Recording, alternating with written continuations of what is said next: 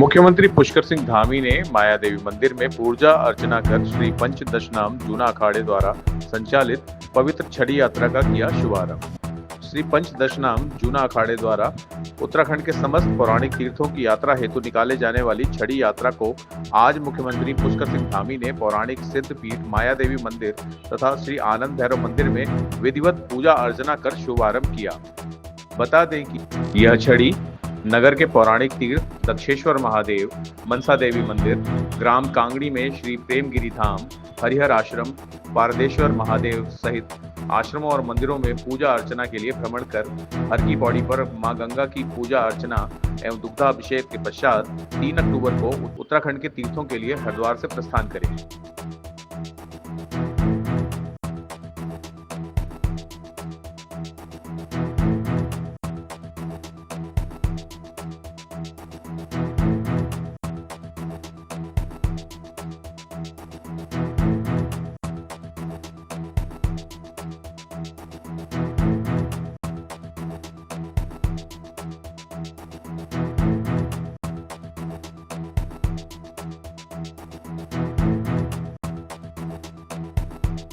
गिरी जी, कैलाशानंद जी और उपेंद्र प्रकाश जी सब यहाँ पर उपस्थित हैं। हमारे माननीय मुख्यमंत्री जो आज मेन मुख्य सेवक के रूप में आज यहाँ पर आए हैं, उनका भी हार्दिक स्वागत और अभिनंदन करता हूँ। एक बार आपको बहुत बहुत शुभकामनाएं, बहुत बहुत बधाई।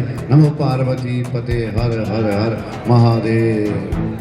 बहुत ही सुंदर हमारे बत्रा जी जो हमारे रूट की से विधायक हैं, आपने अपना उद्बोधन दिया।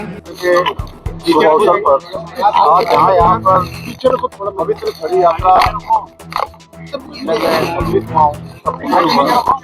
पूरी छड़ी यात्रा हमारे कुमाऊं, गढ़वाल और गंगा यमुना के पवित्र स्थानों से, मैदानी क्षेत्रों से इस यात्रा का संचालन होता है। और इस यात्रा के माध्यम से जहाँ हमारी धर्म संस्कृति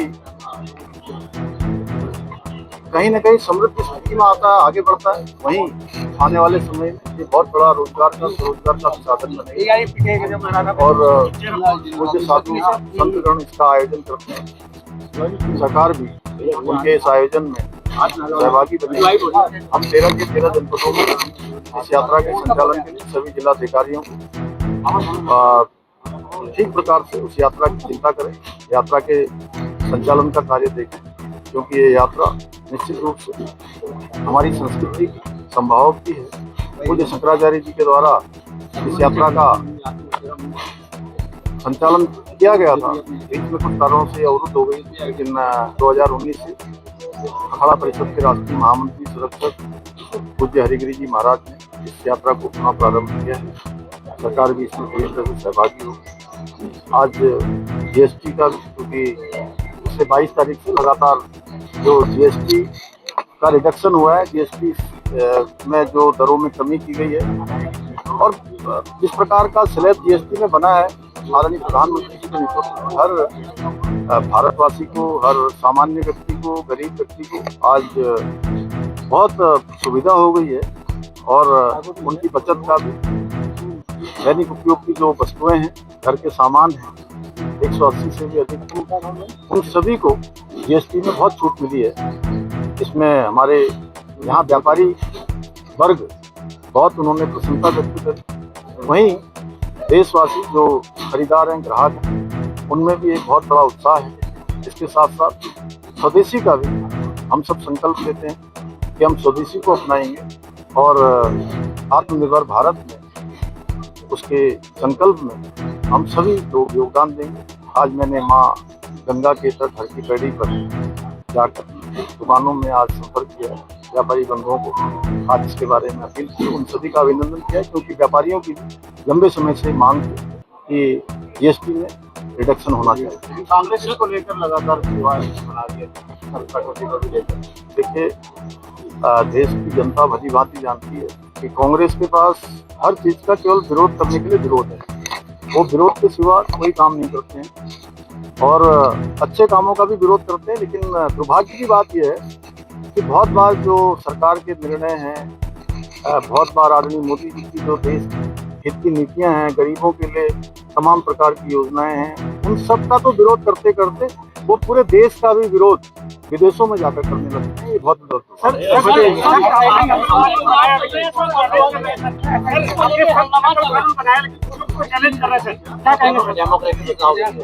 आपने सख्त नकल कानून बनाया था, लेकिन कुछ लोग उसको चैलेंज कर रहे हैं, इसको क्या कहेंगे? देखिए, ऐसा है, एक सेंटर पर एक बात आई है कि कुछ वहाँ पर चीटिंग जैसी बात हुई है, उसके लिए एसआईटी का गठन कर दिया और इन्हीं छात्रों में से एक प्रतिनिधि मंडल मुझे मिला था। उन्होंने कहा था कि इसकी जांच होनी चाहिए और हम भी मानते हैं कि अगर कहीं पर कोई गड़बड़ी हुई है तो उसकी जांच होनी चाहिए। लेकिन एक स्थान पर गड़बड़ी आई है, उसकी जांच हो रही है, एसआईटी जांच कर रही है, हाई कोर्ट के जज उनकी सुपरविजन में जांच हो रही है और ये देखेगी एसआईटी और ये जांच कमेटी कि क्या ये प्रश्न जो बाहर आए हैं इसके कारण से कितना इफेक्ट हुआ है। अगर कोई एक व्यक्ति है तो उसके खिलाफ कार्रवाई हो रही है।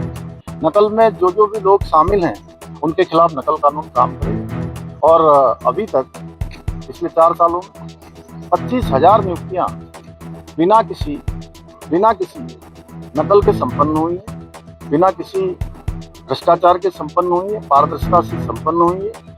और हमारा संकल्प है कि आने वाले समय में जो भी व्यक्ति इस नकल के अपराध में शामिल होगा, हमारे बेटे बेटियां, हमारे भाई बहनों, हमारे बच्चों के भविष्य के साथ खिलवाड़ करेगा, मैं पुष्कर सिंह धामी अपने जीते जी कभी उनके हितों के साथ किसी भी प्रकार का अन्याय नहीं होगा।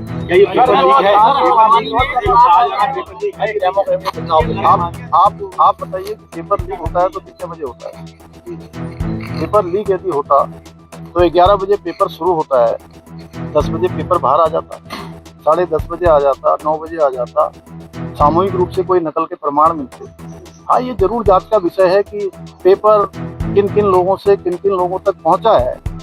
पेपर में क्या कोई साजिश तो नहीं की गई है कि एक ही व्यक्ति जो पहले भी कई सारे आवेदन भर चुके हैं और उनमें उनकी एलिजिबिलिटी भी नहीं रही है, आखिर ये क्या उद्देश्य रहा है कि पेपर कुछ चुनिंदा लोगों के पास पहुंचता है? नहीं, देखिए, अब सारे छात्र हमारे समझ रहे हैं, बहुत विवेकशील छात्र हैं, उनको पता है कि सरकार ने पहले भी इनकी 25,000 नियुक्तियां की हैं। हम आगे भी बिल्कुल निष्पक्षता के साथ जो 10,000 नियुक्तियां होनी है अगले 1 साल में, वो नियुक्तियां करेंगे। उसका कैलेंडर भी जारी हो गया है और छात्रों के आंदोलन को कुछ लोग राजनीतिकरण उसका कर रहे हैं।